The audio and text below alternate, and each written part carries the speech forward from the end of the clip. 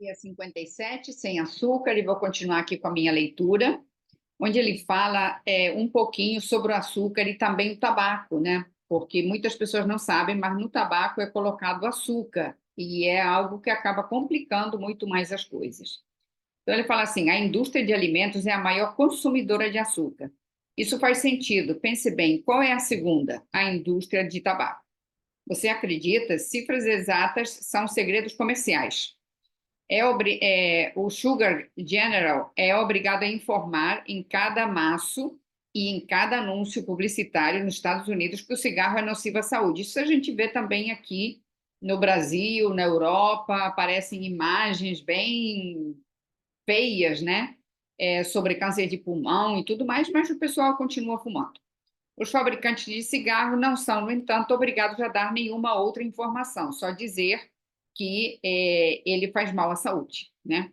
Os fabricantes de balas são obrigados a informar que o açúcar é o ingrediente principal de seus produtos. Depois também, fabricantes de sorvetes têm que informar que tudo que entra nessa casquinha de sorvete. Mas eles não têm nem ao menos a permissão de dizer o que tem no sorvete, né? E o mesmo acontece com o tabaco. Sobre o alcatrão, que também tem, tá, o tabaco, a nicotina, e eles também falam sobre os filtros, mas sobre alguma coisa no tabaco, nada. Então, eles falam só o alcatrão, os filtros, mas não informam muito mais do que isso, né? Uma autoridade americana em tabaco informou ao Medical Gore New em março de 1973, que uma média de 5% de açúcar é adicionado aos cigarros e cerca de 20% ao charuto. Charuto ainda leva mais. E 40% no tabaco para cachimbo. Olha só, 40% de açúcar no tabaco de cachimbo. A maior parte sob a forma de melado. A loucura de se colocar açúcar em tudo atingiu tal índice nos Estados Unidos que, durante um período de 4 anos, na década de 60, a quantidade de açúcar utilizada nos alimentos apresentou o alarmante aumento de 50%, que é muita coisa, né? Será que esse tipo de aumento ocorreu também com o uso de açúcar refinado por parte da indústria de tabaco? Segundo um documentário, em outono de 1972, tal prática vem sendo realizada há bastante tempo. Como este programa não será transmitido para nós, é bom que você fique sabendo que ele contribuiu para se formular a acusação do tabaco adicionado perdão, do açúcar adicionado ao tabaco como uma possível fonte de câncer de pulmão, tá? Então, eles já fizeram estudos realmente e, inclusive, fala aqui, baseando-se em estudos experimentais e químicos. Interessantes estatísticas compararam a incidência de câncer pulmonar em países onde se fuma cigarros curtidos com açúcar, com países onde os cigarros são feitos com tabaco não adulterado, ou seja, tabaco que não é curtido com açúcar. Eles viram uma grande diferença. O que é curtido com açúcar, ele dá mais incidência ao câncer, e o que não é curtido com açúcar, ele dá menos.